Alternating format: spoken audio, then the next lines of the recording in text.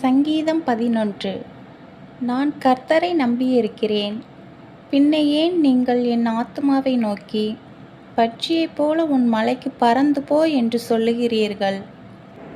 இதோ துன்மார்க்கர் வில்லை வளைத்து செம்மையான இருதயத்தார் மேல் அந்தகாரத்தில் எய்யும்படி தங்கள் அம்புகளை நாணிலே தொடுக்கிறார்கள். அஸ்திபாரங்களும் நிர்மூலமாகிறதே, நீதிமான் என்ன செய்வான்? கர்த்தர் தம்முடைய பரிசுத்த ஆலயத்தில் இருக்கிறார். கர்த்தருடைய சிங்காசனம் பரலோகத்தில் இருக்கிறது.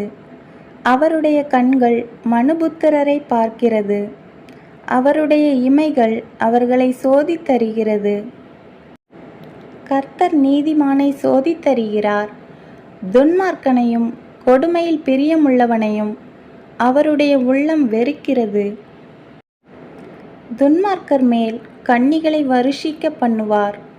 அக்கினியும் கந்தகமும் கடுங்கோடை கொந்தளிப்பும் அவர்கள் குடிக்கும் பாத்திரத்தின் பங்கு. கர்த்தர் நீதியுள்ளவர், நீதியின் மேல் பிரியப்படுவார். அவருடைய முகம் செம்மையானவனை நோக்கியிருக்கிறது. ஆமென்.